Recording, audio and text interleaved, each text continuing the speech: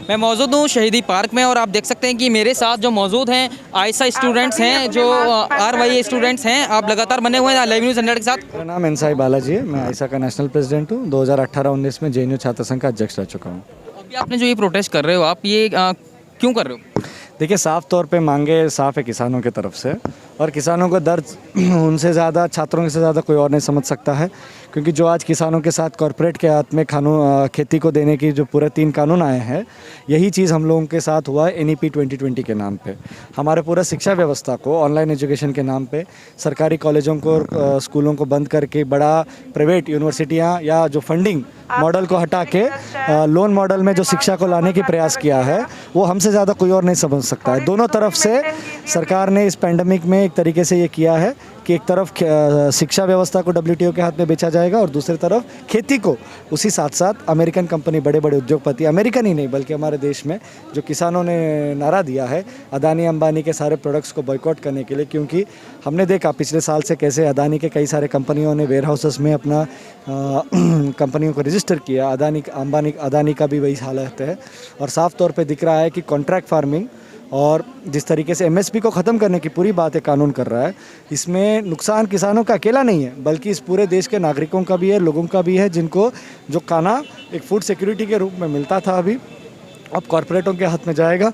मुनाफा कॉरपोरेट के पास रहेगा और गुलाम किसान बन के रह जाएगा। और बीच में जो लोग उस खाने को ख़रीदते हैं वो लोग ये बड़े ठेकेदारों के हाथ में, ठेकेदार से ज़्यादा अभी बड़े कॉरपोरेटों के हाथ में, उनके गुलाम बन के रह जाएंगे कि आलू के दाम वो तय करेंगे, खरीदेंगे हम। आपको क्या लगता है कि जो भारतीय लोग हैं ये कितना सपोर्ट कर रहे हैं?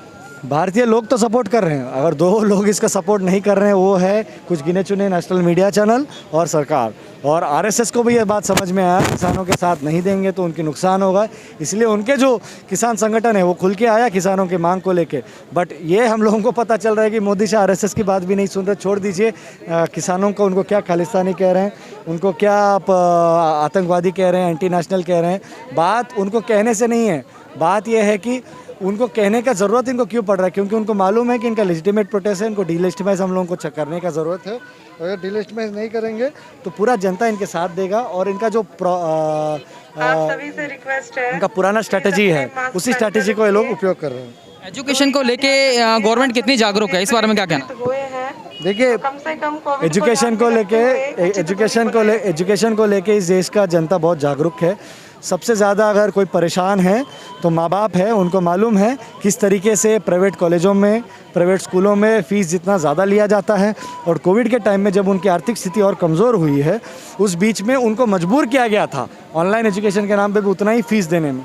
तो जागरूकता तो आई हुई है, अब जिम्मेदारी सरकार की बनती है कि इस जागरूकता को एक दिशा में बढ़ाए। बट वो उल्टा जो छात्र इन सवालों को लेके, मांग के लेके लड़ रहे हैं, उन्हीं को देशद्रोही बताना, उन्हीं को आतंकवादी बताना। जैसे आज जिन किसानों के हाथ से फसल उगती है और जो खाना उनके प्लेट पे पहुंचती है, उनको खाने तय मुझे नहीं लगता सरकार के लोगों को शर्म आती होगी। उन्हीं किसानों को गद्दार कहना, देशद्रोही कहना, उनके मांगों को लेके बिल्कुल कोई बात नहीं करना। कौन कौन, कितने लोग हैं जो आपके समर्थन में उतर रहे हैं साथ में?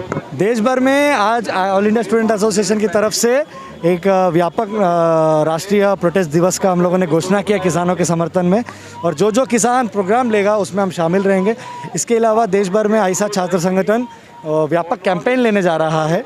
घर घर हम लोग पहुंचेंगे, हर किसी को समझाएंगे। ये कृषि कानून जो आए हैं 2-3 उद्योगपतियों के फेवर में हैं, बल्कि मेजॉरिटी लोग जो इस देश के हैं उनका नुकसान होने जा रहा है। उनको समझना पड़ेगा कि कोई नहीं चाहेगा कि आलू 100 रुपये में खरीदे, कोई नहीं चाहेगा कि प्याज 100 रुपये में खरीदे, कोई नहीं चाहेगा कि टमाटर 100 रुपये में खरीदे। अगर खरीदे, ये चाहते हैं कि उसमें 80-90 रुपये किसान को मिले। आज जब दोनों नहीं हो रहा है तो आपको समझना पड़ेगा बीच में कोई है जो इसका पूरा मुनाफा खा रहा है, वो अदानी अंबानी जैसे बड़े कंपनियाँ हैं। आप देख सकते हैं लाइव न्यूज़ 100 लगातार बना हुआ है आयशा स्टूडेंट्स के साथ, और आप देख सकते हैं कि मजदूर विरोधी, किसान विरोधी, देश विरोधी नीति नहीं चलेगी। आप देख सकते हैं इस प्रकार के यहाँ बोर्ड्स, बैनर्स हाथों में लेके लोग खड़े हुए हैं हमारे साथ। आप देख सकते हैं कि सरकार की 3 मजबूरी, अंबानी, अडानी और जमाखोरी।